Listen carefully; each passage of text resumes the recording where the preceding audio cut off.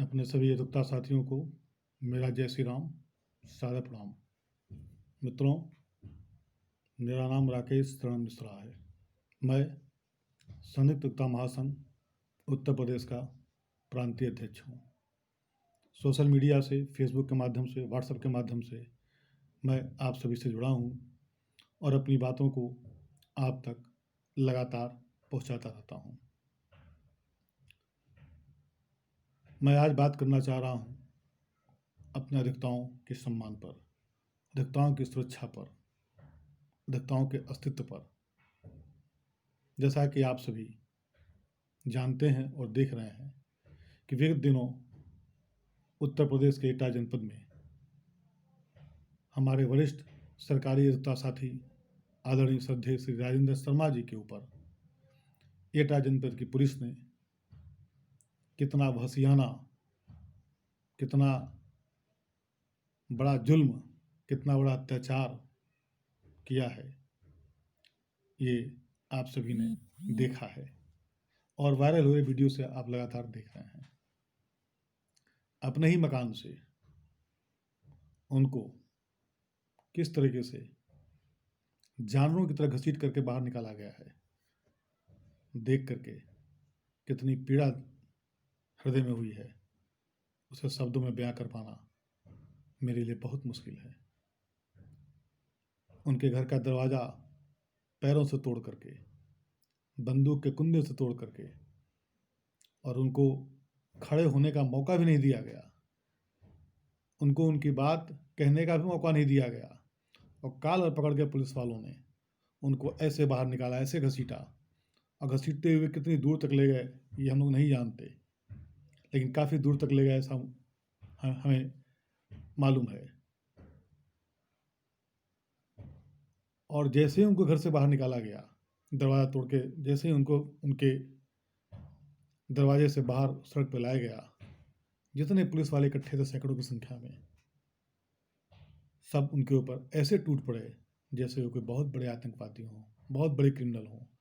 कोई पैर से मार रहा है, कोई जूते से मार रहा है, कोई बूट से मार रहा है, कोई डंडों से मार रहा है, कोई बंदूक के कुंदे से मार रहा है। और कुछ पुलिस वाले तो यहाँ तक कह रहे हैं कि मारो साले को, मारो साले को, गोली मार साले को, गोली मार साले को। आपने भी सुना होगा, मैंने भी सुना है। ये कितनी शर्मनाक स्थिति है। किसको मारने की बात हो रही है? काले कोट पर पूरे ड्रेस में वकील साहब थे, उस काले कोट का भी लोगों ने लिहाज नहीं किया। सरकारी वकील थे, सरकार की तरफ से मुकदमा लड़ते हैं पिछले 20 साल से। न उनके सीनियरिटी का लिहाज किया गया, न हमारे काले कोट का लिहाज किया गया। और इतना ही नहीं, उनके साथ साथ उनके घर की औरतों को मारा गया, बच्चियों को मारा गया, बच्चों को मारा गया, अधिवक्ता पुत्र को गोली मारी गई और उनका पूरे परिवार का जुलूस निकाला गया। कितनी बदनामी हुई, कितना बेइज्जत किया गया उनको। मित्रों, याद रखना, ये जो हमला हुआ है ये केवल राजेंद्र शर्मा पर हमला नहीं हुआ है, ये प्रदेश के उन सारे अधिवक्ताओं पर हमला हुआ है जिन्होंने कानून की डिग्री प्राप्त की है, जिन्होंने बार काउंसिल में अपना रजिस्ट्रेशन कराया है और जो कोर्ट में बड़े स्थान से जाकर के अपनी वकालत करते हैं, बहस करते हैं, उन सब पर यह हमला हुआ है। उनके काली कोट पर हमला हुआ है, उनके अस्मिता पर हमला हुआ है, उनके अस्तित्व पर हमला हुआ है। मुझे तो बहुत तरस आती है, मुझे तो बड़ा रोष आता है, आक्रोश आता है कि भारतीय जनता पार्टी के अंदर बैठे हुए हमारे विधि प्रकोष्ठ के पदाधिकारी, हर पार्टी में विधि प्रकोष्ठ होता है, प्रदेश के पदाधिकारी, जिले पदाधिकारी हैं, उनको क्रोध क्यों नहीं आ रहा है, उनको गुस्सा क्यों नहीं आ रहा है? अरे आज पार्टी है, कल पार्टी नहीं रहेगी, आज सत्ता में, कल सत्ता में नहीं रहेगी। सत्ता में है तो आप उसका आनंद ले रहे हैं, ठीक है, लेकिन आपका फर्ज बनता है कि अधिवक्ता साथियों के लिए भी आप कुछ बोलें, कुछ बयान दें। आपको तो अपने पद से त्यागपत्र देना चाहिए, इस्तीफा देना चाहिए कि मुझे नहीं रहना ऐसी पार्टी के विधि प्रकोष्ठ का पदाधिकारी जहां मेरे अधिवक्ता भाई का सम्मान सुरक्षित नहीं है, जहां मेरा सम्मान सुरक्षित नहीं है। क्या वर्दी का यही काम है? क्या पुलिस की वर्दी इसलिए दी जाती है कि आप विद्वान अधिवक्ता, जिसको कोर्ट भी कहता है विद्वान अधिवक्ता, ऑफिसर ऑफ द कोर्ट जिसे माना जाता है, उसके ऊपर ऐसा बर्बर हमला करें? अगर कोई अपराध भी था, कोई जुल्म भी उन्होंने किया था तो तरीका था, बैठा के बात करते। पूछते वकील साहब क्या दिक्कत है, क्या परेशानी है, मगर जिस तरह से उनके ऊपर वहशियाना हमला किया गया, बर्बर हमला किया गया है, उसकी मैं घोर निंदा करता हूँ, घोर आलोचना करता हूँ। आप सभी से अनुरोध करता हूँ कि इस मुद्दे पर आप सभी एक हों, इसी मुद्दे पर नहीं, अधिवक्ताओं का सम्मान जहाँ भी प्रभावित होता हो, जहाँ भी हमारे सम्मान को ठेस पहुँचती हो, हम पहले अधिवक्ता हैं, बाद में हम संगठन में बटे हुए हैं। मैं मानता हूँ कि प्रदेश में बहुत संगठन होंगे, देश में बहुत संगठन होंगे, लेकिन जब मुद्दे की बात आवे तो हमें आपको एक होना चाहिए। जिस तरह से सांसद, ये विधायक, जब अपने स्वास्थ्य की बात आती है, जब अपने पेंशन की बात आती है, अपने तनख्वाह की बात आती है, अपने सुविधा की बात आती है, तो सारा बिल पास करा लेते हैं, चाहे लोकसभा की बात हो चाहे विधानसभा की बात हो, तो वो पार्टी में नहीं बढ़ते हैं। उसी तरह से हमें आपको जब अपने हित की बात हो तो हमें आपको अपना हित जब प्रभावित होता हो तो एक मंच पर, एक मुद्दे पर, हमें इस मुद्दे पर साथ आना चाहिए। मैं आप सभी से हाथ जोड़ के निवेदन करता हूँ कि जरा सा भी आपके अंदर इस बात का एहसास हो कि हम अधिवक्ता हैं और अपने पेशे के प्रति ईमानदार होना चाहिए, अपने परिवार के प्रति भी ईमानदार होना चाहिए, तो हम इस मुहिम को आगे बढ़ावें और अधिवक्ता साथी राजेंद्र शर्मा जी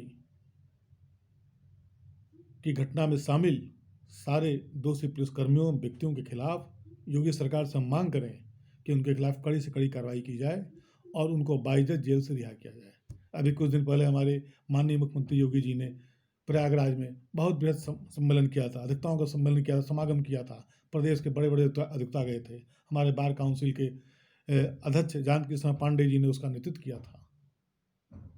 बड़ी बड़ी बातें हुई थी सम्मान की, सुरक्षा की। क्या मिला हमें? यही सम्मान दिया आपने, यही सुरक्षा दे रहे हैं। मैं आपको नहीं चाहिए, मुझे आपका सम्मान नहीं चाहिए, मुझे आपकी सुरक्षा। पुलिस वालों को तो वर्दी मिलती है, पावर मिलता है, सेल नहीं मिलती है, अस्था मिलता है, तब वो कानून की रखवाली करते हैं। हमें क्या मिलता है? हम तो अपने मेहनत के बल पर, अपने बुद्धि के बल पर कुछ फीस पा लेते हैं, उससे अपना जीवन यापन करते हैं। न मुझे असलहे की सुविधा है, न मुझे मकान की सुविधा है, न मुझे लोन की सुविधा है, न हमें सुरक्षा मिलती है, हमें कहीं कोई व्यवस्था नहीं मिलती है। फिर भी समाज के हर वर्ग के लिए मैं लड़ता हूँ। समाज का कोई भी जब हर जगह से हार जाता है तब वो मेरे पास आता है, तब उसके आंसू को पोंछने का हम करते हैं। लेकिन आज हम आंसू बहा रहे हैं, आज हम रो रहे हैं, आज हम पीड़ित हैं, आज हम परेशान हैं। समाज के कोई व्यक्ति हमारे पक्ष में आवाज़ नहीं उठा रहा है। मैं आप सभी से विनय करता हूँ, अनुरोध करता हूँ कि आप इस मुद्दे पर आगे आवें, नेतृत्व करें और इस मुद्दे को आगे बढ़ाने का काम करें। मैं तन मन धन से इस मुहिम में आप सभी के साथ हूँ और अपने अधिवक्ता महासंघ के सभी पदाधिकारियों से, जिले के पदाधिकारियों से, सही प्रकोष्ठों से निवेदन करता हूँ कि अपने अपने जिले से, अपने अपने जनपद से इस मुहिम को आगे बढ़ाने का काम करें और जम करके विरोध प्रदर्शन करें। जो ऊपर से निर्देश मिले, जो ऊपर से आदेश मिले, उसके अनुक्रम में अपना काम करें। मित्रों, मैं एक बार फिर आप सभी का आभार प्रकट करता हूँ कि आपने मेरे इस विचार को सुना। बहुत पीड़ा है मन में, बहुत दुख है, बहुत कष्ट है और आपको भी होगा, मैं जान रहा हूँ आपको भी होगा। लेकिन जो आवाज़ उठनी चाहिए आवाज़ नहीं उठी है। मैं इस वीडियो के माध्यम से प्रदेश सरकार को ये चेतावनी देता हूँ कि बहुत जल्द अगर हमारे भाई राजेंद्र शर्मा जी के खिलाफ उनके ऊपर लगाए गए सारे मुकदमों को वापस नहीं लिया गया, उनका मकान उनको वापस नहीं दिलाया गया और दोषी पुलिस वालों को, व्यक्तियों को दंडित नहीं किया गया, तो प्रदेश का अधिवक्ता महा आंदोलन करने के लिए बाध्य होंगे। मेरी किसी बात से किसी को पीड़ा पहुंची हो तो मैं पूरे दिल से, हृदय से आप सभी से क्षमा मांगता हूँ। बस मेरा एक ही अनुरोध है कि हम एक हों और एक होकर के अपनी आवाज़ उठावें। जय हिंद, जय भारत, जय अधिवक्ता समाज, संयुक्त अधिवक्ता महासंघ जिंदाबाद जिंदाबाद, अधिवक्ता एकता जिंदाबाद जिंदाबाद। आवाज़ दो हम एक हैं, आवाज़ दो हम एक हैं।